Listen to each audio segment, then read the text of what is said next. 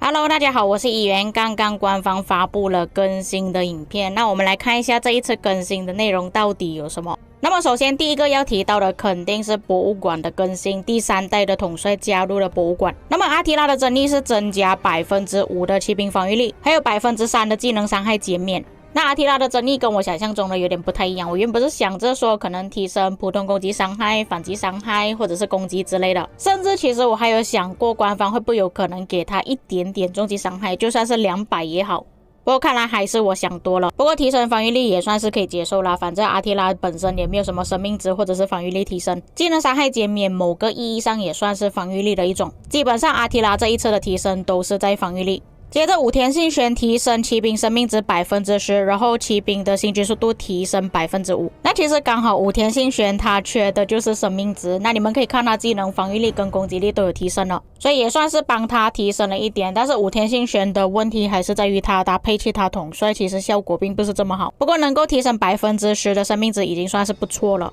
至于行军速度的问题呢，那确实如果你是用阿提拉搭配武田的话是需要增加跑速的，这个队伍是跑得特别慢，所以增加行军速度也未必是坏事情啦。接着是其他的统帅提升，君士坦丁的攻击力从原本的 20% 变成 25%， 普通伤害也是提升了 5%。 那如果你是用哥哥搭配君士坦丁来做驻防的话，这里又再加强了。但是查理马特就直接飞天了，那你们可以看到他的攻击力从原本的 35% 变成 50%， 哇哦，之后笔筒应该很开心了，就可以拿去搭配哥哥搭配刘彻拿来驻防或者是集结了。他的攻击力提升都快要赶上我们现在第9代的统帅了。亚历山大步兵防御力从 10% 变成 20%， 普通攻击伤害减免从原本的 3% 变成 6%。 现在的玩家普遍都是用亚历山大搭配刘彻，再度提升之后，亚历山大跟刘彻这个队伍就会变得非常硬。那本身步兵的装备都是增加防御力比较多，刘彻本身有提升 20% 的防御力，再加上亚历山大他本身的技能也是有提升 30% 的防御力，在这全部加起来之后，要打这个队伍会变得更加不容易。再加上亚历山大还可以再开盾，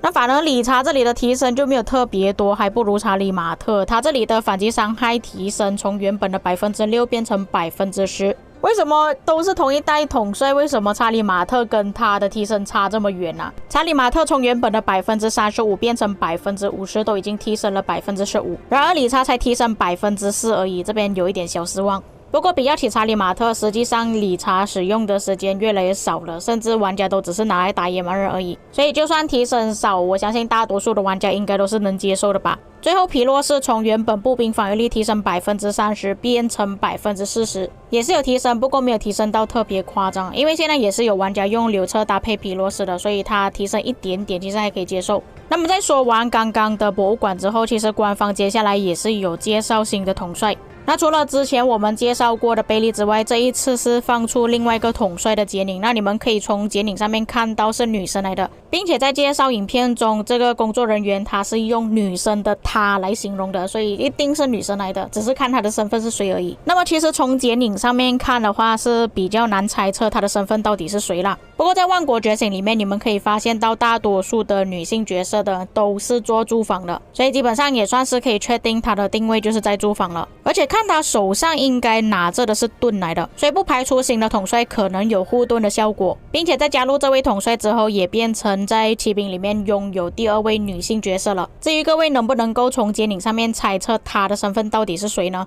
那我本人猜测她的身份啊，猜测而已啊，不一定是对的啊，或许有可能她的身份是艾莉诺。为什么我猜测是她呢？因为我在其他的雕像啊，或者是一些图画中可以看到她手上都是会拿着书本的，并且你们可以发现到我左手边所放的图片跟右手边看到的王冠其实有一点接近，并且我搜索到蛮多关于她的图片都是有在骑马的，所以我推测他可能是我们新的骑兵统帅啦。接着官方所说的新活动其实就是遗称纷争，除了有稍微改那么一点点规则之外，基本上都是差不多的，所以这边我就不多做介绍。接着就是这一次的皮肤，基本上也是就皮肤返场，其中第一个皮肤是骑兵攻击力提升 5%， 中间的骑兵生命值提升 5%， 最后还有右手边的骑兵攻击力提升 5%， 然后还有其他活动我就不多做介绍，基本上来来去去都是一样的东西。接下来就是各位主播等待已久的主播模式了。那如果之后其他的 KVK 有发生战斗的话，你们就可以看到这个标记，然后就可以点击进入查看他们的 KVK 在哪一个地方，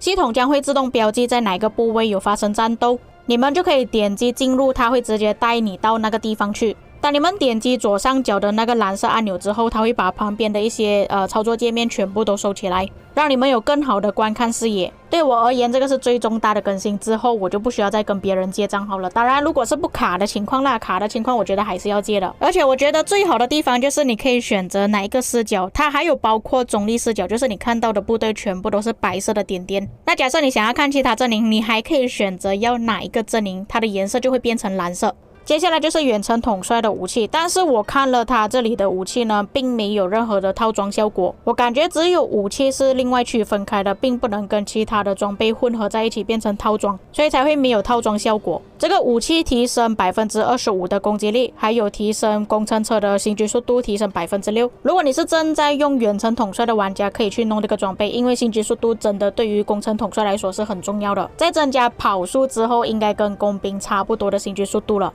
还有王国筛选功能，这个在之前公告里面也是有提到过了。之后的筛选功能，你们就可以选择你要在哪一个赛季的王国，然后要选择什么语言。不过我觉得国服那边应该是没有的选择语言吧，因为全部人都是用简体中文的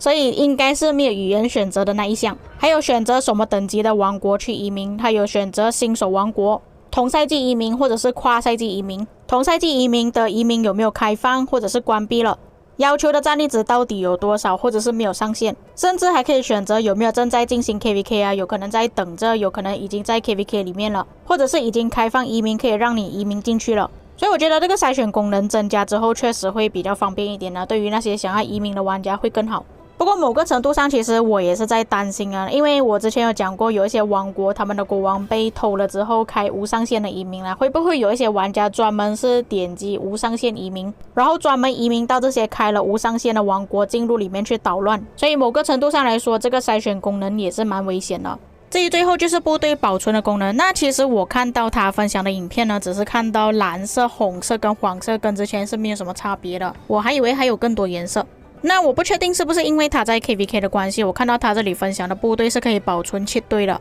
还是说在更新之后我们就可以直接保存7队呢？不过我在另外一个官方的影片中看到是可以确实保存45队了。还有就是在装备方面是直接增加了一个加的选项，应该是可以直接从这里换上装备的，因为现在我们还没有更新之前是没有这个选项的，有可能在更新之后点了这个加的选项之后会直接跳转到统帅界面，让你们去穿统帅的装备。不过说来也是奇怪啊，它这里只是显示可以穿装备而已，不能穿军器我不懂它是不是测试这个账号的时候是在预备赛季，所以是完全看不到任何军器的选项。那影片的最后就是增加了2位新统帅的表情包，分别是迪奥多拉跟查士丁尼。那你们可以发现到这2个统帅确实有同样的地方，所以不愧是夫妻啦。像是第一个表情包就是两边传送爱心。以上就是这一次的更新内容，抢先看。那你们对于哪一个方面会比较期待呢？博物馆更新新统帅，或者是 KVK 新的观看方式？欢迎在评论区留下你们的看法。以上就是本期内容，我们下个影片再见。